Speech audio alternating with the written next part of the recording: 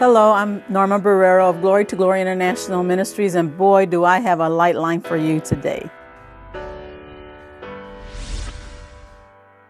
This morning, I'm coming out of Proverbs 3, verse 1 to 26, and it starts off saying, "My son," and this is out of the book of Proverbs, and this is Solomon, God speaking to Solomon, and God speaking to us even now today. He says, "My son." And that is that represents relationship, belonging to. So he says, "My son, forget not my law, but let thy heart keep my commandments. For length of days and long life and peace shall thy add to thee. Let not mercy and truth forsake thee. Bind them around thy neck. Write them upon the tablets of thy heart. So shalt thou find favor and good understanding in the sight of God and man.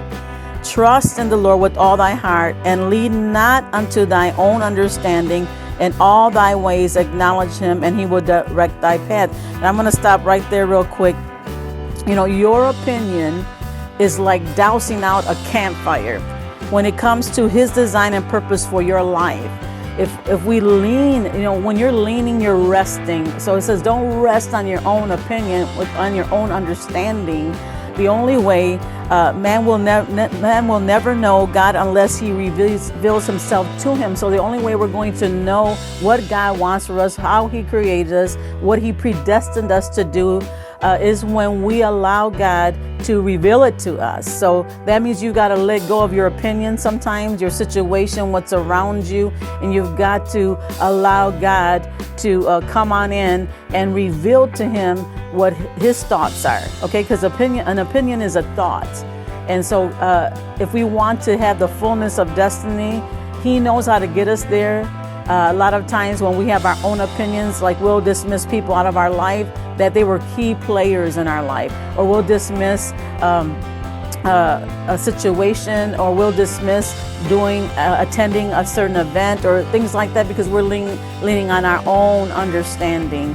And so I just encourage you today to trust in the Lord. This proverb is powerful. It talks about wisdom, but it's not talking about earthly wisdom. It's talking about his wisdom. And it says it carries favor, it carries long life, it carries peace with it. And that's what all of us would desire to do.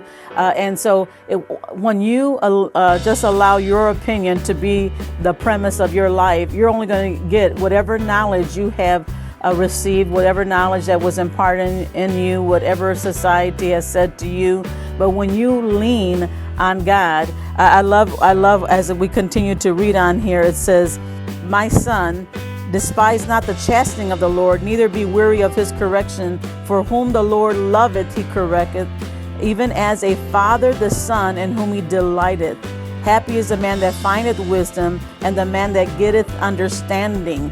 I love this part. It says, "For merchandise of it is better than merchandise of silver, and the gain thereof than fine gold. She is more precious than rubies, and all the things thou canst desire or not to be compared unto her.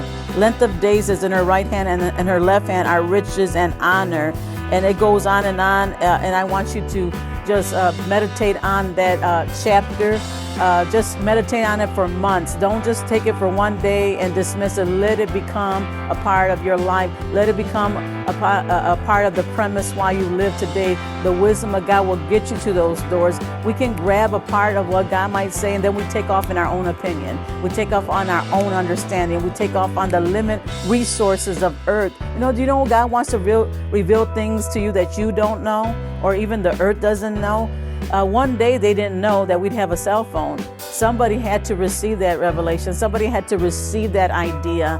And so I'm not just talking churchy, I'm talking on the earth. He created the earth for us, and for us to reach the potential of the greatness that's inside of us, we're going to need God, and we have to dismiss some opinions sometimes. We have to dismiss some feelings sometimes, some emotions, and we've got to allow God to reveal that greatness in the inside of us. So I just want to encourage you, appreciate those in your life. Appreciate those that God sends to you. They might not look like you. They might not talk like you.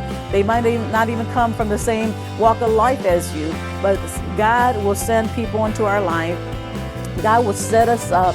And if we have an opinion, or if we have I don't feel like it, or if we have all these prejudices in our minds and in our hearts, we're never going to see the greatness of God. We're never going to see the supernatural abilities that lie in the inside of us. So I encourage you, Proverbs 3, read that chapter.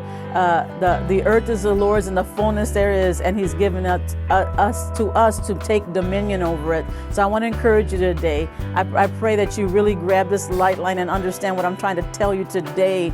Don't lean on your understanding, but include Him, ask Him, look for Him, allow Him to set you up. And if the setup doesn't look like you want it to, don't worry, it's greater than you could ask or think. God bless you and have a great day.